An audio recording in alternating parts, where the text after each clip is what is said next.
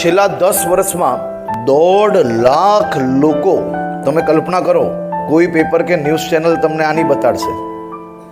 1.5 લાખ લોકોએ કોલ કર્યો. એમાંથી હજારો લોકો એવા હતા કે કોઈક રેલવેના ફાટક પર, તો કોઈ